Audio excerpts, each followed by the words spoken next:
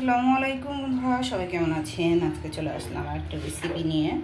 আজকে একটা মাছের রেসিপি করব, আপনারা সবাই আমার সাথেই থাকুন। দিয়ে দিচ্ছি তেল, 2 চামচ তেল দিলাম। মাছে একটু তেল না হলে ভালো লাগে না খেতে। সবাই সাথেই থাকুন। চুলাটা বাড়িয়ে দিচ্ছি। এই যে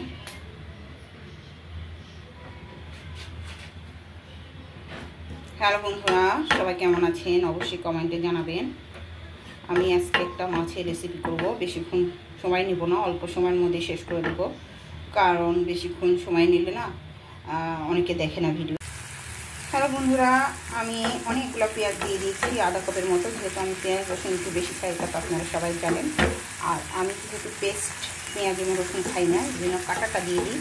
আর কাঁটাটা কিন্তু শর্টকাট হয়েও যায় এবং টেস্টি লাগে। এরকম করে যদি রান্না করতে পারেন আমাকে ফলো করে, তাহলে অবশ্যই কিন্তু টেস্ট লাগবে। বন্ধুরা, আমার পেঁয়াজটা ভাজা হয়ে গিয়েছে। এখন আমি দিয়ে দিচ্ছি, সাথেই থাকুন, 1 চামচ হলুদ। প্রতিদিনই একই রকম রান্না, অবশ্যই একই স্টাইলে রান্না করি। 1 চামচ ধনিয়ার গুঁড়া, 1 চামচ ঝালের গুঁড়া, আর একটু দিব 1.5 চামচ। আর স্বাদ মতো লবণ দিব। এটা আপনাদের যতটুকু লাগে আপনার ততটুকু দেবেন। এটা স্বাদ মতো দিয়ে দিলাম। এখন দিয়ে দিচ্ছি একটু পানি, অল্প একটু পানি দিয়ে দিচ্ছি। আমি একটু কষিয়ে নিব সুন্দর করে। এরকম করে যদি আমার রেসিপি ফলো করতে পারেন অবশ্যই মজা লাগবে। কে বলেছে যে পেঁয়াজ পেস্ট রসুন পেস্ট এগুলো দিলেই মজা লাগে? এরকম করে রান্না করে দেখবেন, একেবারে শর্টকাট হয়ে যায়, কিন্তু খুবই টেস্টি লাগে খেতে। বন্ধুরা দেখেন, আমার তেলটা উপরে উঠে আসছে। আমি আর একটু কষিয়ে নিব। এত সুন্দর করে কষাতে হবে যাতে মশলার কোনো গন্ধই না থাকে। আর চুলাটা কেমন যেন হচ্ছে, চুলাটা সেটিং করতে পারছি না। সবাই আমার সুন্দর সুন্দর দৃষ্টিতে দেখবেন, আমার সুন্দর দৃষ্টিতে দেখবেন। এই যে দেখেন, এখন শব্দ হচ্ছে না, এখন সুন্দর। তারপর একটু শব্দ হয়, চুলার সমস্যা, আমার সমস্যা না। এই যে দেখেন, খুব সুন্দর করে আমি নিয়ে নিচ্ছি। একদম পারফেক্ট মশলা যেরকম কষা এরকম করতে হবে, না হলে কিন্তু মজা লাগবে না। মশলার যে একটা স্মেল, ওটা কিন্তু চলে যাবে, কাঁচা গন্ধটা থাকবে না। এই যে আমি খুব সুন্দর করে কষিয়ে নিচ্ছি। দেখেন বন্ধুরা, এই যে তেলটা উপরে উঠে আসছে। এখন আমি দিয়ে দিচ্ছি মাছ। এই মাছটা কী মাছ আপনারা অবশ্যই জানেন, এটা হচ্ছে রুই মাছ।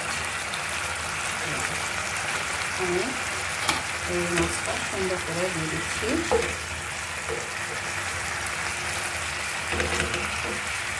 মাছটা আমি খুব সুন্দর করে ভেজে নিয়েছি বন্ধুরা। এই যে এখন আমি তেল দিয়ে দিচ্ছি। দেখেন, ক্যামেরা ধরে কাজ করতে দিচ্ছি, কষ্ট।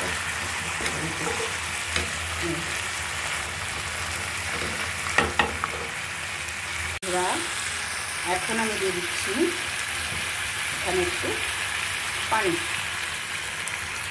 আমি আধা কাপ 1.5 কাপের মতো পানি দেবো। আগে পানি দিয়েছি, একটু ঝোল খাবো রুই মাছের। এই যে সুন্দর করে একটু পানি দিয়ে দিলাম। বন্ধুরা, আমি একটু রুই মাছের ঝোল খাবো, তাই একটু এরকম ঝোলেই রাখবো।